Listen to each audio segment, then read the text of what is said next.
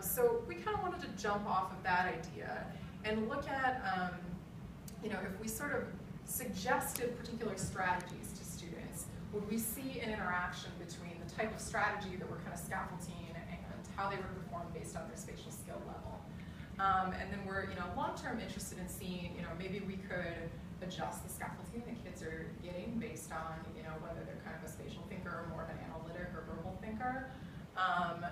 And then, also long-term, we're interested in looking at, so we do have a couple of just like psychometric spatial skill items in our problem set, and how do those correlate with performance on other types of geometry problems other than just the skill builders that we've started working on here.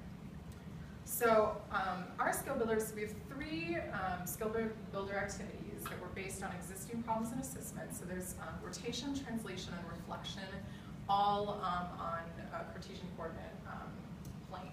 So, and what we've done is we added into these existing skill builders 4 spatial skill problems at the beginning of the assessment. So on the left here, you can see this is one of our, it's a 2D mental rotation kind of problem, multiple choice. And then we've got the 10-item skill builder, and for this there are 2 conditions. So students are getting either what we're calling the analytic hints, and it's a little hard to see here, but so there are grid lines on the back of this coordinate plane, and then they're getting hints that suggest these sort of computational or analytic strategies for solving this problem. And then in the other condition, we're calling this the spatial condition. We're getting rid of the grid lines, and then we're suggesting these more spatial strategies. So, asking them to kind of visualize reflecting or rotating the object and think about what that would look like, or actually take a piece of paper, draw this and turn it, think about it that way. And then at the end, we have a couple of, sort of transfer items, as well as some follow-up spatial skill items. We'll see if we see any, gains in spatial skill over the course of just doing these short activities, but, we were interested in, and it was a way of getting a few more data points on these kids' spatial skill level in each of these problem sets. So spread out across these 3 skill builders, we actually have a total of 24 different spatial ability items. So we're, getting between these skill builder activities, kind of a more comprehensive sense of how they're doing on these spatial skills. We have stealth psychometrics. Yes. I think that's a great word. Yeah. Well, we wanted to do real psychometrics, but it was not seen as appropriate. Yeah, I mean, we worked with Christina to get something that is palatable for teachers, that they can work into their classroom activities without it being too obtrusive. But by getting a few problems here and there, we're able to not overwhelm the kids. I think it's fair to say that the teachers did not see it as too much of a stretch from what they were teaching. Yeah.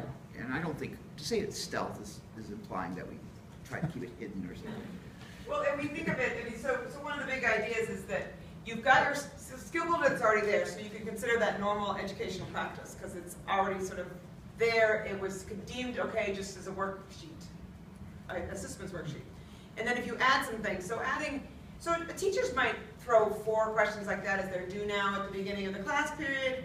So that's not really outside the realm of something that teachers would do. Asking kids how they're feeling today. Are you feeling in a good mood or a bad mood? Maybe teachers do that all the time as well.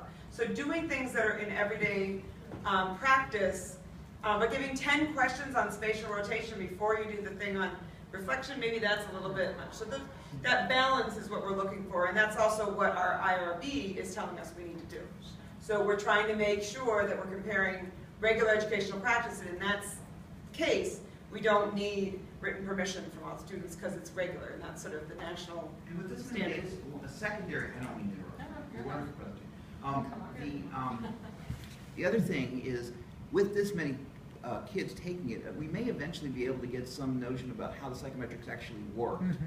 Right. It's, the more items you cut down, the worse the tests get. But the flip side of that is, precision can get there by reliability or by having a moderately reliable test with a whole lot of people taking it. So that's the other question. So then one other thing I should mention about these two is that, when we went in, we kind of, went in and looked through the skill builders that were existing on assessments and picked these out. That big long list that I showed. Would be particularly relevant to our research questions. And where we might see some, kind of near transfer between the, the spatial ability items we're interested in using and the, the problem items. We we also looked at the hints that were existing in these problems, and they actually were an interesting mix of these like analytic hints and these spatial hints. So we used a lot of the hints that were already there, you know, but then just segregated them by condition to see if we would see some differences based on the specific types of hints the students were getting. And yeah. by the way, this gives me an opportunity to actually say one of the reasons I actually want you to do stuff is we actually want you to beat our existing stuff too, right? Like we have a bunch of stuff that exists, and it's all stuff we made, right? Which is like, I actually have a low respect. We worked hard on it, right? But it's our stuff, right? But actually, well, but if you guys can actually keep pushing the state of the art, so we can actually then. Basically, most of the time when you actually want to build a skill builder, I'll probably want it to be like, well, let's include a condition of our existing stuff, which is actually an interesting, highly authentic, actually sort of stuff. And I want you to beat our butt, right? I want you to say, hey, we reliably, you know, not only did we compare condition A and condition B, but actually we reliably improved something. And then actually thousands of kids will actually continue to benefit from your hard work. Yeah, so, I mean, then just to kind of talk you through, you know, our process. So, you know, we put together this document for Christina that she could share with teachers, and, you know, kind of overviewing her studies and types of things I'm sharing with you here.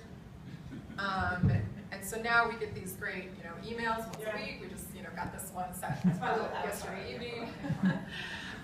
You know, that gives us the, you know, each of these is a link to a different, you know, file format. You know, these are all CSV files. We have only been looking at the, and I was going to show that slide, but you've shown it already. This is perfect. Sure. That first one is the only one we've been looking at. So that's the base type of data that you can get, but you can get one with more junk and more other junk and different kind of junk as well. And you can mess around with those. And I alluded to actually this massive detail of every action they take. The action level one. I bet you haven't actually spent much time there, or have you? Not that one. No. Yeah, because that's like That so one's brand detailed. new. That one hasn't been. It's only been there the last couple of weeks, and that one is it has a different glossary items that are at the bottom of the glossary page come from that number 4. And in the email, you get the link to the glossary. Yeah.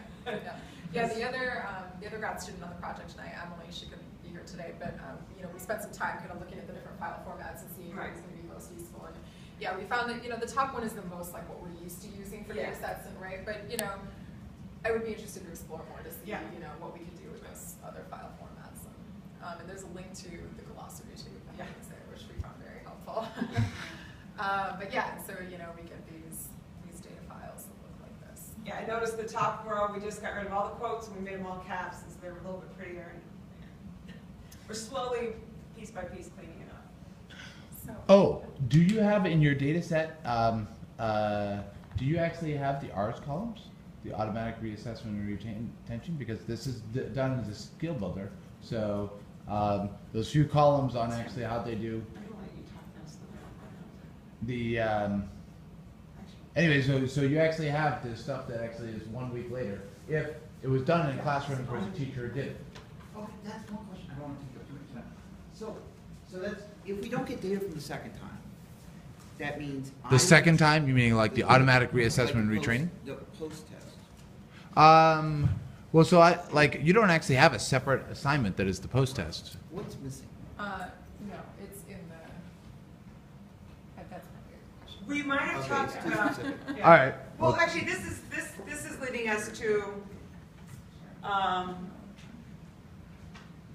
We didn't thank our speakers. Thank you. Thank you.